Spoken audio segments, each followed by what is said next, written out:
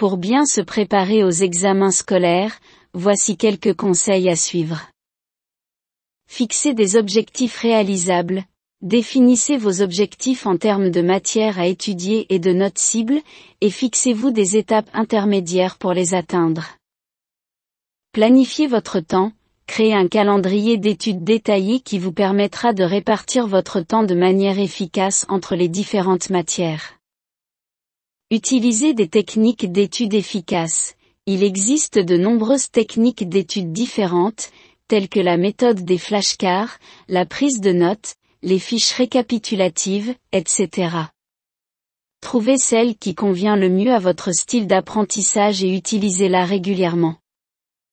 Faites des révisions régulièrement.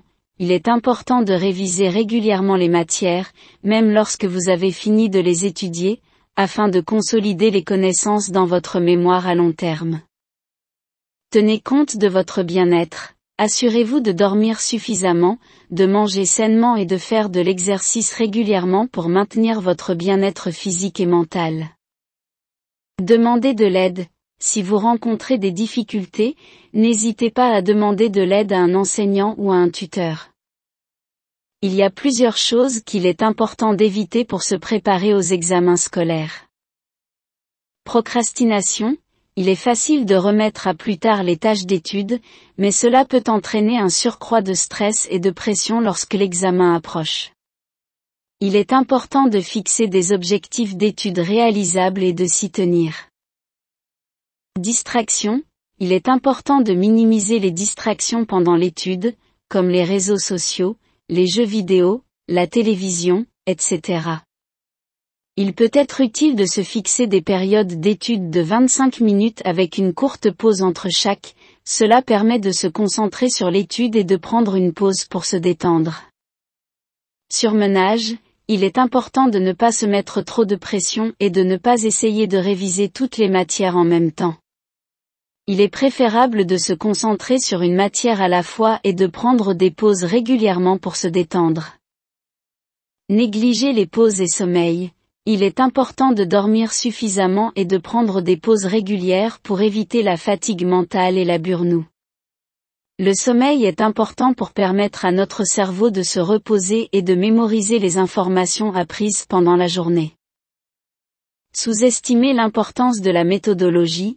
Il est important de comprendre les exigences de l'examen et de savoir comment bien utiliser le temps disponible, organiser ses révisions et préparer sa méthodologie d'examen.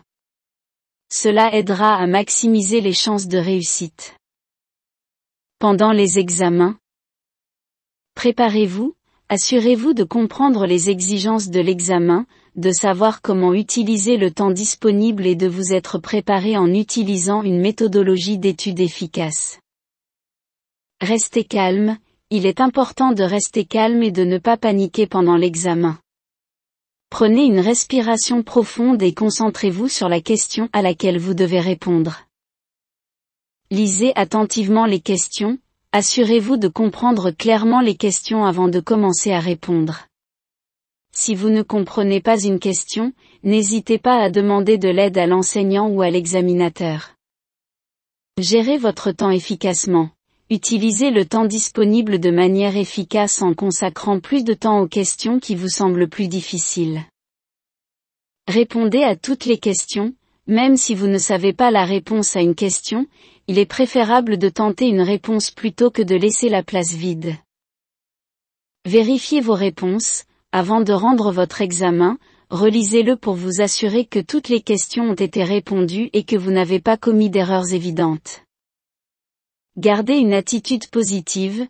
Gardez une attitude positive et rappelez-vous que l'examen n'est qu'un moment dans votre parcours scolaire et ne définit pas votre valeur en tant qu'étudiant. Demandez de l'aide si nécessaire. Si vous rencontrez des difficultés à comprendre une question ou à répondre à une question, n'hésitez pas à demander de l'aide à l'enseignant ou à l'examinateur.